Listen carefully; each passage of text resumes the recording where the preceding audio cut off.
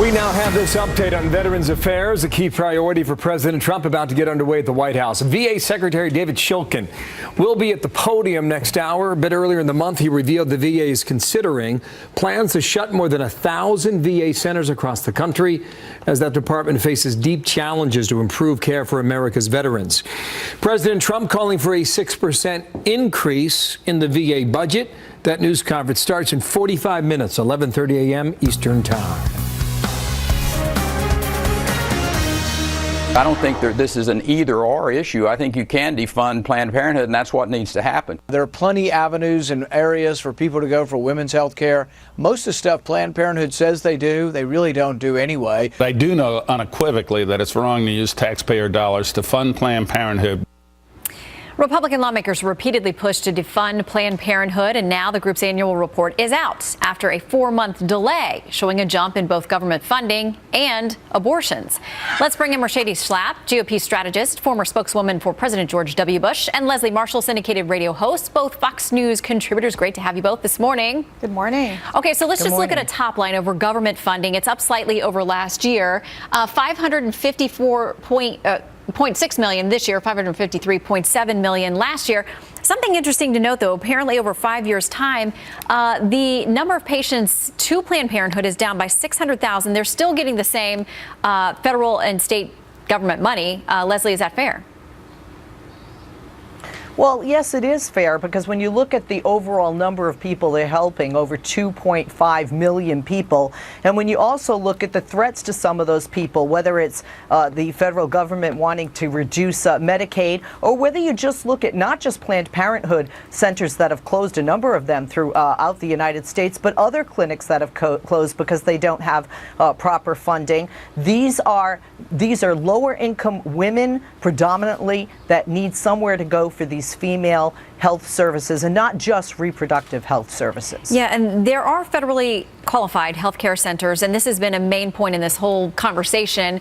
They outnumber Planned Parenthood clinics 20-1 across the country. And Mercedes, I know that the president has offered a deal essentially to Planned Parenthood. Either we'll keep giving you the money, you stop doing the abortions, or this money can go to those centers which don't do abortions but handle 20 times the patients that Planned Parenthood does for some of these things that Leslie suggests. Well, first of all, Planned Parenthood should change its name to Planned Abortion Services, because what Planned Parenthood is in the business of doing is the abortion business. What we have seen, when you look at what the services they provide in terms of pregnancy services, that would include prenatal care, that would include miscarriage referrals. That is, you're going to see that abortions account for 95% of their pregnancy services. So first of all, let's be real on what services they are providing. We've seen cancer screenings go down for Planned Parenthood, prenatal care go down for Planned Parenthood, the number of clinics, the number of patients go down. So when we're looking at it from purely a business model, let's ask ourselves a very fundamental question. Why should American taxpayers give money or allow their tax dollars to go just simply to Planned Parenthood when we do have federally licensed clinics that provide more and better comprehensive services for women? We do want to put up some of the numbers, because you referred to them, Mercedes, that for 95% of those who come in who are pregnant, this is kind of a breakdown of some of the services. Last year, 328,348 abortions performed. That number is up. At the same time, Leslie, we have coming off of those videos that came out last year, an investigation by the House Select Panel. They've now referred a number of Planned Parenthood affiliates for criminal investigations, charges at the DOJ, state officials, state authorities, and others. Should that be ironed out before another penny of what we're talking about, more than $500 million of taxpayer money goes to this particular organization?